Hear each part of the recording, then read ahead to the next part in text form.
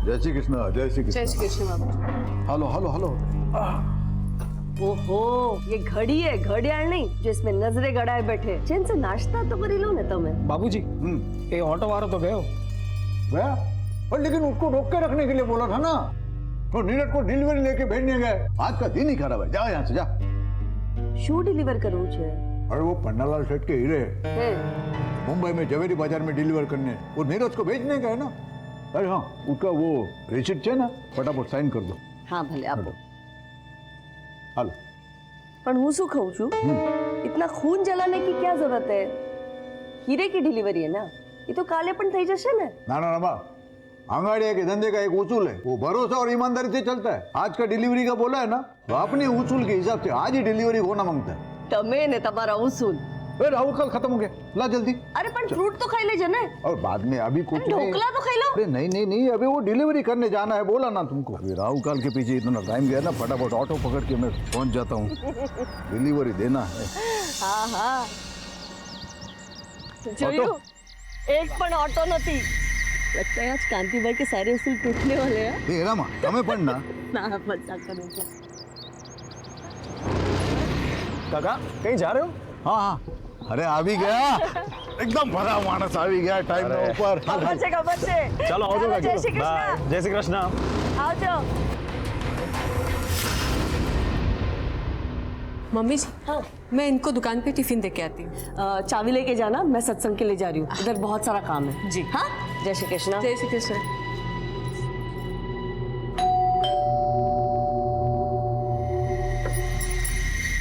अरे हेतल, जय श्री कृष्ण मम्मी जी। कितनी देर लगा दी तूने? मम्मी जी मैं तो पहले ही आ गई थी, बस बाबूजी के जाने का इंतजार कर रही थी। सब छोड़, डॉक्टर ने क्या बोला? माँ जी डॉक्टर ने कुछ और टेस्ट कराने के लिए बोले हैं, थोड़े और पैसे लगेंगे। કેટલા જોઈએ છે? करीब 5,000। आले। थैंक यू मम्मी जी। पागल।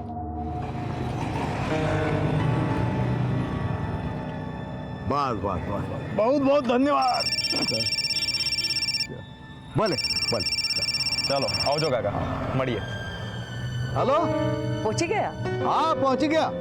हाँ नीरज हवे निकली जासे, 2 वागे ट्रेन से। जय कृष्ण हार्दिक। जय श्री कृष्ण काका। जय कृष्ण। जय श्री कृष्ण।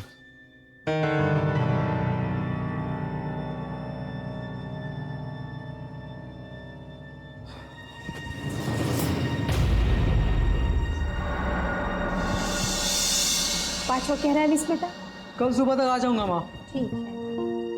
नीरज भाई, मेरे लिए ना डॉल लाना और उसके कपड़े भी लाना। अच्छा, और ये क्यों रो रहा है? उसको गन चाहिए। ठीक है, सब ले आऊंगा। चलो मुझे अभी बहुत लेट हो रहा है, मैं निकल। बेटा संभाळीने जजे। जय श्री कृष्ण काका। जय श्री कृष्ण। जय श्री कृष्ण बाबूजी। जय श्री कृष्ण। तू क्या कर रही है यहाँ? मेरे कॉलेज वाले ना पिकनिक पर जा रहे हैं, तो मुझे कुछ पैसे चाहिए थे। तेरे कॉलेज वालों को सिर्फ पिकनिक करने का मूड रहता है क्या? कभी पढ़ाते नहीं है? आप पकड़। हाले। हार्दिक भाई जय श्री कृष्ण। धवल काका जय श्री कृष्ण। बाबूजी जय श्री कृष्ण। हाय। हाय। जय श्री कृष्ण। अच्छा बाबूजी, हाँ आओ जो। नीरज कितना लेट हो गया तू? सॉरी बाबूजी। वो पिछली डिलीवरी का क्या हो गया? हो गया? क्या होना है, हो गई। ये लो बाबूजी, आप हमेशा कहते हो धंधा भरोसे का है, फिर ये नोट को आधा फाड़कर उन्हें क्यों देते हैं? आपको मुझ पर भरोसा नहीं है? भरोसा तो बहुत है, समझा, लेकिन अपना ये आंगड़िया का बिजनेस है ना, उसके कुछ नियम है। अभी तेरे लिए मैं नियम बदलूंगा ना, तो बाकी लोगों को बुरा लगेगा। ये ले, ये कट किए हुए पॉलिश किए हुए हीरे, इसको जवेरी बाजार में डिलीवरी कर देना और ताबड़तोड़ फोन करना मुझे। फोन नहीं किया तो? तेरे गाल खुड़बुड़ा रहेगा मेरा चाटा खाने को। आप अगर रसीद। आप मेरे बाबा समान हो, जितना चाहे मार सकते हो, पर सोचो अगर जाते थे मेरा एक्सीडेंट हो गया तो? चुप चुप बोल।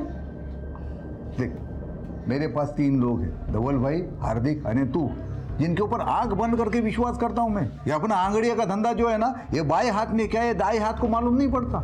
ऐसे अभी तू जो डिलीवरी लेके जा रहा है ना, वो पार्टी को मालूम नहीं कौन उसका माल लेके आ रहा है, कैसे आ रहा है मुंबई, समझा? चल अब निकल जल्दी, वो बाहर ऑटो खड़ा है, वो रेलवे स्टेशन छोड़ देगा तुझे। चल आता हूँ बाबूजी। जय श्री कृष्ण। संभाल के जाना।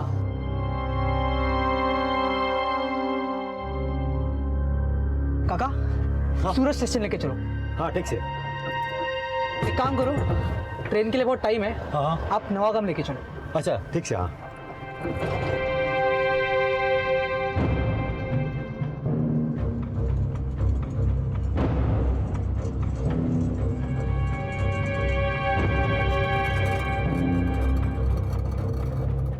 आप रुको जरा, मैं आता हूँ। हाँ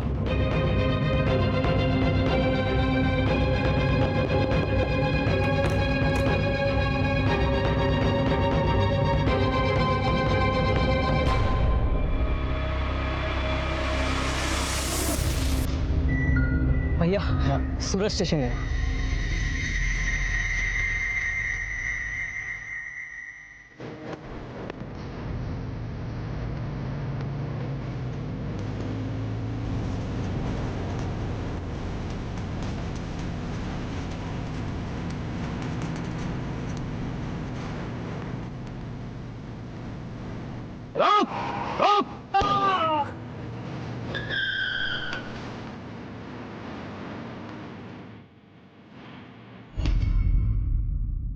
भरोसा एक छोटा सा शब्द है, पर इस छोटे से शब्द पर पूरी जिंदगी टिकी हुई है। जब किसी का भरोसा डगमगाता है तो उसकी पूरी दुनिया हिल जाती है। नमस्कार, मैं सीनियर इंस्पेक्टर संजय बरोत और स्वागत है आपका क्राइम पेट्रोल दस्तक में। कांति सेठ एक आंगड़िया था, उसका पूरा धंधा भरोसे पर टिका हुआ था। लेकिन नीरज की हत्या से यह साफ हो गया कि कोई उन्हें धोखा देने की कोशिश कर रहा था, या फिर कोई और ही था जो यह खेल खेल रहा था।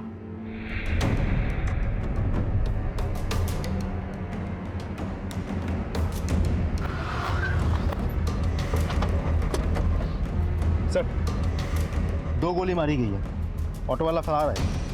हमने आसपास पूछताछ की है लेकिन ना कोई आई विटनेस। कौन? मैं सीनियर इंस्पेक्टर संजय बरोत बोल रहा हूं। देखिए, मैं नीरज का सेठ बोल रहा हूँ। वो मेरे पास आंगड़िया में काम करता है। वो डिलीवरी के लिए लेकर निकला है मुंबई के लिए। अभी किधर है वो? आई एम सॉरी, उसका खून हो चुका है। खून? नीरज किसके साथ निकला था? वो अकेले निकला था साहब, रिक्शा लेके। ठीक है, आप एक काम कीजिए, आप भगवती नगर पुलिस स्टेशन आ जाइए फौरन। શું થયું? नीरज का किसी ने खून कर दिया।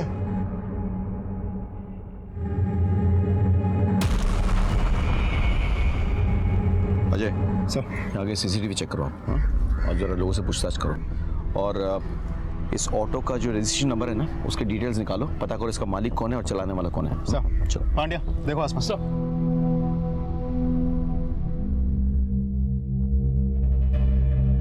खोलो।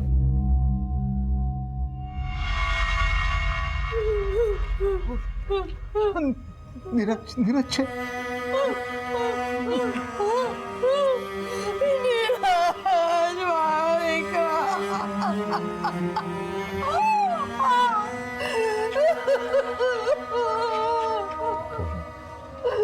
ऐसी बात कर लीजिए। नीरज कहाँ जा रहा था? सर, वो हीरे की डिलीवरी देने जा रहा था। उसने किसी से कुछ कहा था इस बारे में? किसी को घर पे, किसी से? हमें नहीं पता था साहब कि हीरा નું કામ કરે છે। हमें तो ऐसा ही पता था कि वो एक कुरियर कंपनी में काम कर रहा है। आज इनकी वजह से और इनके धंधे की वजह से हमारा छोकरानो जीव गया। अब चलिए वहां से, आइए।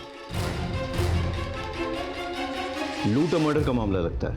किस किस को पता था कि नीरज के पास हीरे हैं? बीजू तो मारा બે ખાસ આદમી છે, ધવલ અને હાર્દિક, અને મારી પત્ની रमा। अंगाड़ियाનું बिजनेस છે, वो तो उसी के नाम से चलता है, तो उसको तो सब पता रहता है। और कोई? और कोई नहीं।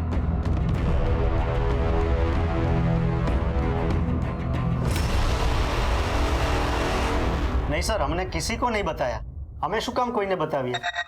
नहीं सर, कोई नहीं, પણ नहीं। हाँ साहब, इन लोगों ने कुछ नहीं किया।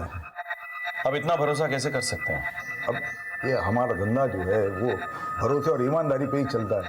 ये धवल भाई, हार्दिक हमारे पास बहुत सालों से काम कर रहे हैं, तो इनके ऊपर तो आंख बंद करके विश्वास करते हैं।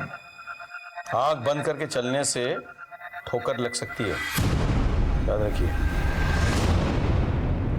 आप तो आंगड़िया बिजनेस की मालकिन है, आपको तो सब पता होगा। ખબર તો બધી છે સાહેબ, પણ માલકિન કઈ નથી। ये धंधा तो मेरे बापूजी का था, कागज में नाम जरूर है, पर कितना वर्षों तो मेरे पति संभाल रहे ये धंधा। मैं किसी से क्या बात करूंगी? इस सिलसिले में तो मेरी किसी से मुलाकात भी नहीं होती। वो सब ठीक है, लेकिन जो कोई भी है उसने फील्डिंग बहुत अच्छी की है। आपके खिलाड़ी के बारे में उसको पूरी जानकारी थी। हम अभी निकलते हैं, लेकिन आगे आपकी मदद की जरूरत पड़ेगी। क्या फटाफट ले आओ सब।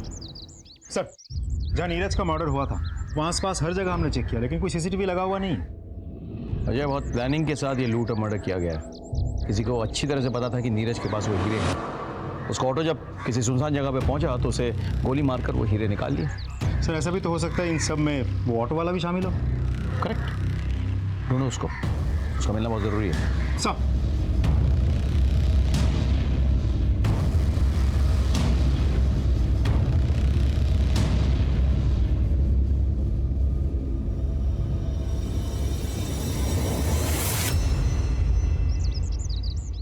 अरे ऐसे पैसे का क्या मोल जो किसी की जान नहीं बचा सकता। हमें बस इसके बाद आप अंगड़िया का धंधा नहीं करेंगे। रमा शू बात करो छो? रमा, आंगड़िया मेरे लिए सिर्फ काम नहीं है, ये विरासत है। और याद है ना, तुम्हारे पिताजी ने मरते वक्त मेरे से कसम ली थी कि उनके धंधे को मैं ईमानदारी से बढ़ाऊंगा। वो बढ़ाया मैंने। अरे पर कोड़ा बाटे जाननी जोखिम कर सकता मैं। आपका एक भी बेटा इस काम को आगे नहीं बढ़ाने वाला। बेटे नहीं आने वाले तो हम हमारी शू गलती है? मैंने कोशिश की थी बड़े बेटे को धंधे में लाने की। क्या किया उसने? गपला किया, नाम खराब किया मेरा। आस्तीन का सांप निकला वो। पर હું મારા નાના દીકરાને આ ધંધામાં नहीं लावीश। ये धंधा मेरे नाम पे है ना, तो धीरे धीरे ये धंधा मैं धवल और हार्दिक को सौंप दूंगी। पर इस धंधे की मनुष्यत मैं इस घर में नहीं आने दूंगी। मेरे को मेरा पैसा चाहिए। मारा हीरो नु शू? अरे मेरे 25 लाख का क्या होगा? शर्म नहीं आती 15 लाख से पैसा मांगते हो? तुम्हारे हीरो के चक्कर में मेरा आदमी मारा गया। मेरे को मेरा पैसा चाहिए किसी भी तरह से, नहीं तो उसके बाद में जो होगा मेरी कोई जवाबदारी नहीं होगी।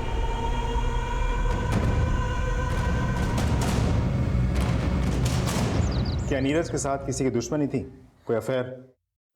सब ये सवाल आप मुझसे क्यों पूछ रहे हो? सकता है किसी का उससे कोई झगड़ा हो गया हो और वो असल में नीरज को मारने आया हो, और मारने के बाद उसे लूट की शक्ल दे दी।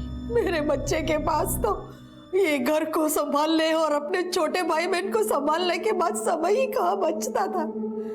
बहुत जिम्मेदार बच्चा था मेरा, उसके लिए तो ये घर ही सब कुछ था।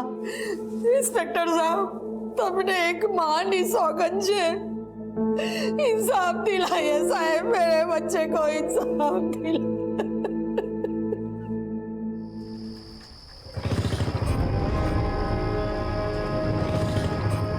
कौन है तुम लोग?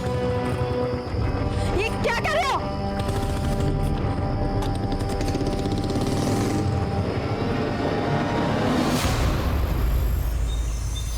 सर, जिस ऑटो में नीरज जा रहा था उसके ड्राइवर के बारे में पता चल गया। वो अपने एक रिश्तेदार के घर में छुपा हुआ है। उठा के लाओ उसे। सर, रमा, तूने हीरो की डिलीवरी के बारे में किसी को कुछ बताया था? वैसे तो किसी के साथ बात नहीं की। याद करो। हाँ, इधर से हेतल आवेले घरे ने, शायद मुंह से कुछ निकल गया होगा। आज तो इतना परेशान थे, एक अर्जेंट डिलीवरी थी उनकी। श्रीनाथ जी, तो तुम शामिल थे इन सब में?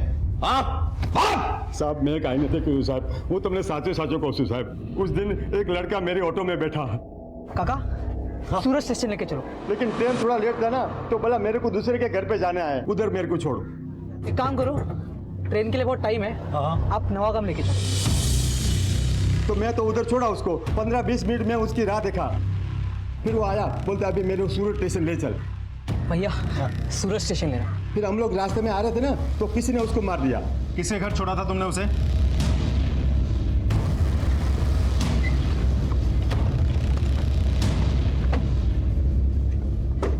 आप नीरज को जानती हैं? हाँ जी सर, बचपन से जानते हैं एक दूसरे को हम। वो कल आपसे मिलने आया था। आया था सर। उसकी बदकिस्मती थी कि मुझसे मिलकर जाने के बाद किसी ने उसकी जान ले ली। काश कि वो यहाँ ना आया होता, सीधा स्टेशन चला जाता तो बच जाता सर। वो क्यों मिलने आया था कल आपसे? सर वो मुंबई जा रहा था, मेरा मायका भी मुंबई में ही है, तो बस पूछने आया था कि घर वालों के लिए कुछ सामान लेकर जाना है या वहां से कुछ लाना है। कांति सेठ को जानती हैं आप? वो मेरे ससुर जी है, मैं उनकी बड़ी बहू हूँ। ओह, ठीक है, हम चलते हैं, कांति सेठ से मिल के आते चलो। हेतलनी बात एकदम साची है साहब। नीरज अपने परिवार के साथ हेतल के पड़ोस में रहता था। उन दोनों में एकदम भाई बहन का रिश्ता था। तो आप कह रहे हैं कि हेतल का इन सब से कोई लेना देना नहीं है? नहीं साहब, ऐसा नहीं है, हो भी सकता है। कैसे? हेतल का पति मेरा बेटा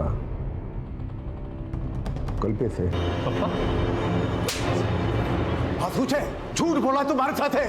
हाँ, आप पैसा भाड़ा मेहनत ना पैसा छे, अपना धंधा ना पैसा छे, और अपना धंधा भरोसे पे चलता है। लोगों का भरोसा तोड़ के बाप का नाम मिट्टी में मिलाना चाहता है तू। आज से तारा हमारा रिश्ता खत्म।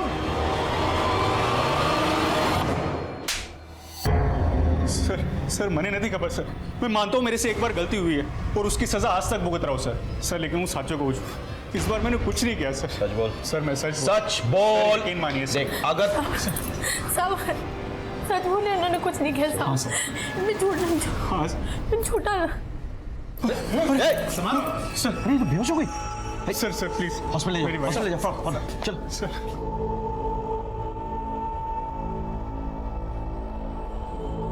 इनका कोई रिश्तेदार है यहाँ पे? नहीं, फिलहाल तो अभी कोई नहीं है। वैसे हुआ क्या डॉक्टर साहब? ये माँ बनने वाली है। ठीक है, आप एक नंबर नोट कर लीजिए, 444। क्या हेतल मां बनने वाली है? भाई कपाल ने मेरी सुन ली। वकील साहब, कल्पेश की जल्द से जल्द जमानत करवा दो। पैसे की चिंता मत करो, जितने लगेंगे मैं सब दूंगी। माँ, वो कल्पेश भाई बाहर खड़े हैं। थैंक यू सो मच माँ, thank you so much. Thank you मने नहीं, अपने बीवी को बोल, माँ बनने वाली है वो। अगर अपनी जिम्मेदारी का जरा भी ख्याल है ना तुझे, तो जाके पहले उसका ख्याल रखना। ठीक है माँ।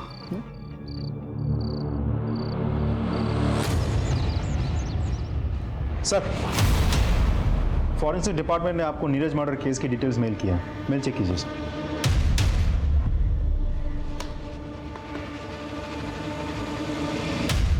इस रिपोर्ट के मुताबिक नीरज को 2 अलग अलग गन से शूट किया गया था।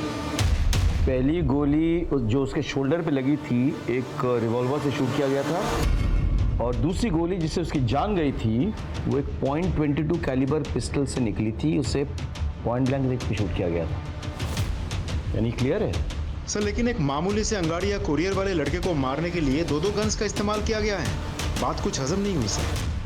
रमा, तूने कल्पेश की जमानत करवाई? हाँ। क्यों? तुमको पता है ना वो कैसा है। खुद जो भी है, जैसा भी है, हमारा छोकरो छे। और आपने पुलिस के आगे उसका नाम लिया ही कैसे? बहुत सही किया, लेकिन तुमने उसकी जमानत करके बहुत गलत किया। गलती मैंने नहीं, तुमने की है। छोटी सी गलती के लिए मारा डिकरा ने घर से बाहर निकाल दिया। वो जुआ खेलने के लिए मेरे बिजनेस का पैसा चुराया उसने, छोटी सी गलती है। बिजनेस तमारो नहीं, मारो छे। और अगर बच्चे गलती करते हैं ना, तो माँ बाप उसे सुधारते हैं। रमा, कल्पेश बच्चा नहीं है। तो मैं क्या करती? उसको लॉकअप में रखती, उसके बीवी को अकेला छोड़ती।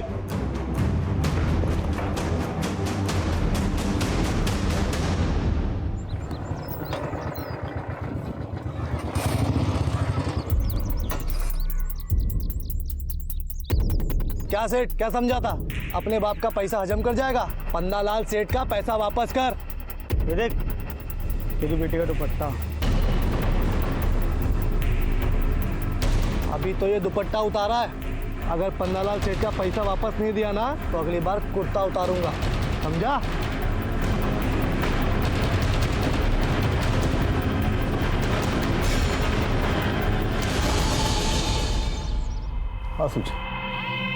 हाँ सूझे अंदर चल।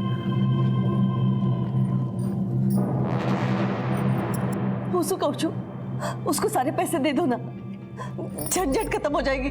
आखिर अपने बेटी का सवाल है। ये पन्नालाल की धमकियों से डर के मैं अपने धंधे के उसूल नहीं बदलूंगा, कभी नहीं।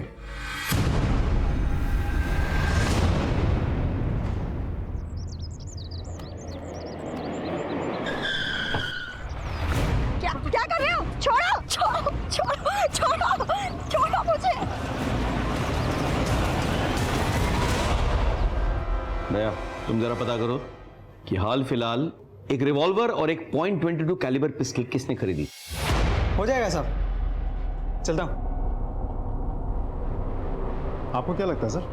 मेरे थ्योरी के हिसाब से एक वो नौसिखिया जिसने उसके कंधे पे गोली चलाई और दूसरा प्रोफेशनल जिसने पॉइंट ब्लैंक रेंज में उसकी छाती पे गोली लगाई। लेकिन क्यों? तुम्हें क्राइम सीन याद है सर, नीरज की बॉडी, उसकी शर्ट के बटन्स किस तरह से खुले हुए थे? ऐसे कमीज के अंदर ही आंगड़ियां अपने कीमती सामान छुपाते हैं, यानी किसी को पता चल गया। लेकिन साथ ही साथ तुमको याद होगा उसका वॉलेट निकला हुआ था, किस तरह से उल्टा पड़ा हुआ था, यानी कि किसी ने उसके पॉकेट्स और वॉलेट भी टटोले थे। मतलब पहले कोई नौसिखिया और फिर प्रोफेशनल आदमी। करेक्ट। लेकिन सोचने की बात यह है कि ऐसी सीक्रेट बात एक नौसिखिया और एक प्रोफेशनल दोनों को पता चल गया। कैसे?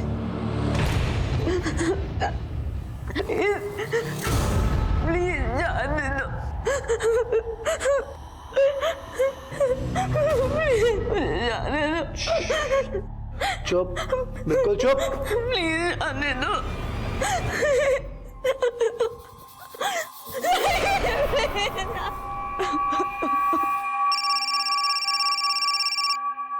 सुगांधी सेठ, तेरे को क्या लगा मैं सिर्फ भौंकने वाला कुत्ता हूँ? अरे पन्नालाल सेठ नाम है मेरा, मैं भौंकता भी हूँ और काटता भी हूँ। अगर तूने मेरे पैसे नहीं दिए ना तो ये सिर्फ ट्रेलर था, मैं तुझे पूरा पिक्चर बना के दूंगा, समझा क्या?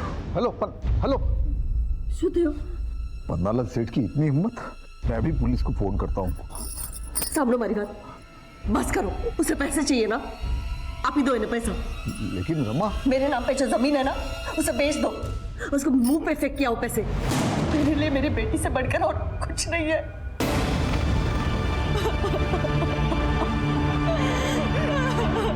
अक्सर लड़कियों के साथ हुए मोलेस्टेशन, छेड़खानी, यहां तक कि बलात्कार जैसे संगीन अपराध में भी लोग पुलिस तक नहीं आते।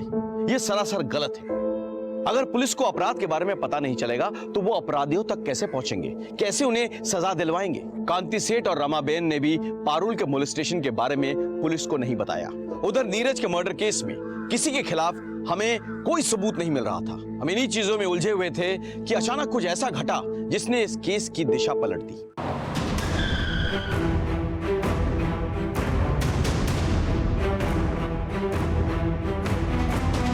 सर, लाश को सबसे पहले नौकर हार्दिक और पंचुल ने देखा, फिर बहू जिग्ना और विपुल। मैंने ही आप लोगों को फोन किया। पूरी जगह को देखकर ऐसा लग रहा है जैसे किसी ने कुछ भी टच तक नहीं किया है। हा?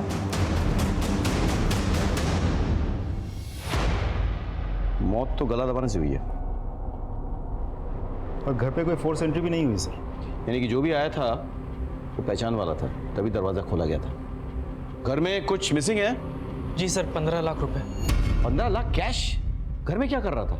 जी वो बाबूजी ने किसी को डिलीवरी देने के लिए रखवाए थे। एक काम करो जी सर, आस पड़ोस से पता करो, किसी ने किसी को यहाँ आते हुए देखा था या नहीं? सर, आपने कुछ सुना? जी नहीं, दोपहर में तो यहाँ पे सन्नाटा छाया रहता है। कई लोग सत्संग में चले जाते हैं और बाकी बच्चे लोग सोए रहते हैं। आपने लड़ाई झगड़ा या कोई चीखने की आवाज़ सुनी? नहीं साहब, हमने कोई आवाज़ नहीं सुनी। ठीक सर, हम दोपहर को यहाँ आए थे रमाबेन के साथ सत्संग में जाने के लिए, लेकिन दरवाज़ा लॉक था। तो हमें लगा कि वो सत्संग में होगी, इसलिए हमें जता रहा। पारुल कहाँ है? बाबूजी और पारुल अहमदाबाद गए हैं। एक बात बताइए, ये हार्दिक और पंशुल पे आपको कोई संदेह है? मतलब ये दोनों भी तो मर्डर कर सकते हैं ना? नहीं साहब, आ बनने तो भरोसा ना मानसो छे। भरोसे वाला हाथ ही सबसे पहले पीठ में छुरा भोगता है। अजय, इन दोनों को थाने ले आओ और पोस्टमार्टम के बाद बॉडी सौंप दो फैमिली को। साहब, गांधी सेठ कल देर रात तक ऑफिस में ही थे। ये राहु काल शुरू होता ना इतला माटे, पर फिर आज मुंबई में 15 लाख रुपए भिजवाने थे, तो पैसा लेकर सेठ घर पे चले गए क्योंकि दुकान में नहीं रख सकते ना, और हम भी साथ में थे साहब। रमा 15 लाख से तो कबाड़ में रख देना, और तुम लोग कल दोपहर के बाद आ जाना। कल सुबह मैं अहमदाबाद जा रहा हूँ डिलीवरी के लिए, तो शाम तक लौटूंगा। कल 11 से 3 बजे तक राहु काल है, तो उसके बाद आ जाना और ये कैश लेके जाना। जी बाबूजी। ठीक है बाबूजी। जय श्री कृष्ण। जय श्री कृष्ण। और फिर हम जब 2:15 बजे घर पहुंचे तो तुम दोनों के मुताबिक कांति सेठ अपनी बेटी पारुल को लेकर अहमदाबाद गए डिलीवरी के लिए। हाँ, अबे ये आंगड़िया कब से अपनी बेटी को लेकर जाने लगा डिलीवरी के लिए, बताना। तकलीफ हो रही है क्या? नहीं सर, कहीं नहीं। एक मिनट खड़े हो जा, बैठ। अजय चेक करो जरा। खड़ो जा, खड़ो।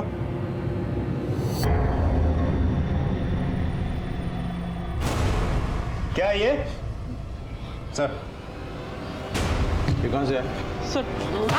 सर गांधी सेठ ने दिया था। बाबूजी बंदूक? खबर से मने, अपने धंधे में आज तक हमने गन वन कभी रखा नहीं था, लेकिन तुमने देखा ना नीरज के साथ क्या हो गया। सेठ ने दिया था? सच में सर? हाँ, इलीगल आर्म्स लेके घूमते हो?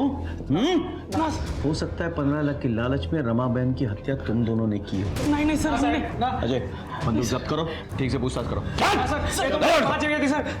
सर कुछ नहीं किया।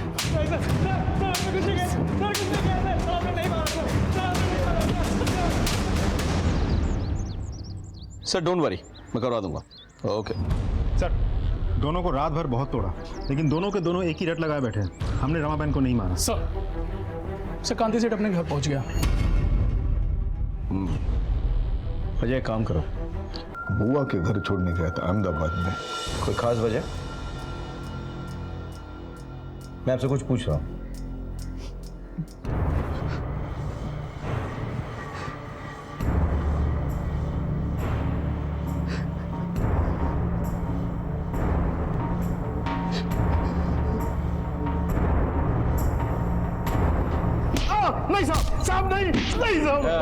बस इधर निकाल।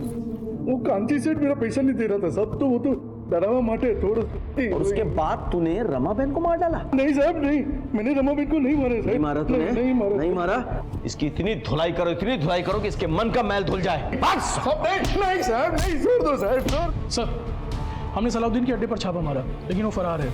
अड्डे पर कोई नहीं मिला सर। सर, रमाबेन की पोस्टमार्टम रिपोर्ट आ गई है। सर, उसे गला दबा के मारा गया था, और गला दबाने के बाद उंगलियों के निशान भी मिटा दिया गया था। सर एक बात तो साफ है, जिस तरीके से गला दबा गया है वो देखे तो लगता है मारने वाला कोई प्रोफेशनल नहीं था। रमाबेन नॉर्मली रोज दोपहर 12:30 बजे सत्संग के लिए जाती थी, और लगभग उसी वक्त उनकी छोटी बहू जिग्ना टिफिन लेकर अपने पति की दुकान जाती थी। जी सर, मैं उस दिन भी करीब 12:30 बजे निकली थी, लेकिन मम्मी जी किसी का इंतजार कर रही थी, शायद पंशुल और हार्दिक का। तो आप पहले से जानती थी कि कोई पैसा लेने आने वाला है? नहीं सर, मने नहीं खबर। मुझे तो अभी पता चला जब ये सारी बातें सुनी। मम्मी जी ने भी मुझे कुछ नहीं बताया था। मैं माँ के बगैर क्या करूंगा? हर कदम पर माँ ने मेरा साथ दिया था। माँ ने मेरे लिए नया टिफिन खरीद के उसमें मेरी पसंद के छोले बना कर दिए थे। किसने सोचा था कि वो आखिरी बात। सर कुछ समझ में नहीं आ रहा है, ये दोनों केसेस एक दूसरे से जुड़े हुए भी हो सकते हैं, अलग अलग भी। अलग अलग हो सकते हैं लेकिन मोटिव एक ही है, पैसा। पहले वाले केस में भी एक किलर नॉन प्रोफेशनल था और दूसरे में भी। तुमने घर वालों को ट्रैक किया है ना? ट्रैक किया सर, लेकिन कुछ सस्पिशियस नहीं मिला, सब कुछ नॉर्मल है।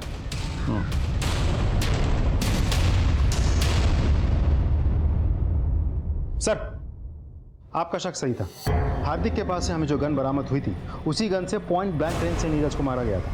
और ये वही गोली थी जिससे नीरज की मौत हुई थी। जाके उठाकर लेकर आओ दोनों को सर।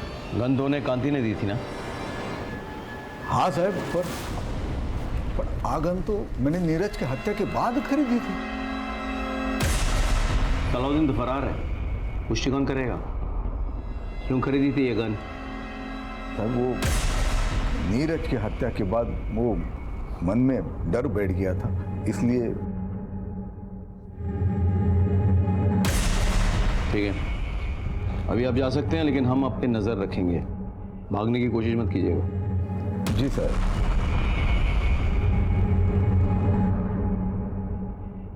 सर, इस कांति पे शक है? अजय, हमारे प्रोफेशन में शक करना कोई गुनाह नहीं है, बल्कि शक ना करना गुनाह है। कई बार जिस पे हमें शक ना हो वो असली अपराधी साबित हो चुका है। सर पन्नालाल का वकील हाईकोर्ट से बेल पेपर लेकर के आया। जाने दो उसे, लेकिन उस पर नजर रखना और कॉल रिकॉर्ड चेक करना। सर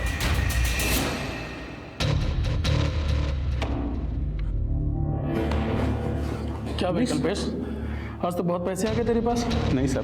लेके चलो इसको।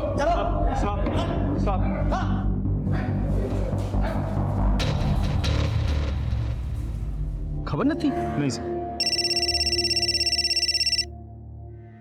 हाँ बोलो। सर हमने एक जुए के अड्डे पर छापा मारा है। यहाँ पर हमें उसी सीरीज के नोट्स मिले हैं जो कांति सेठ के घर से गायब हुए थे। सारे जुआ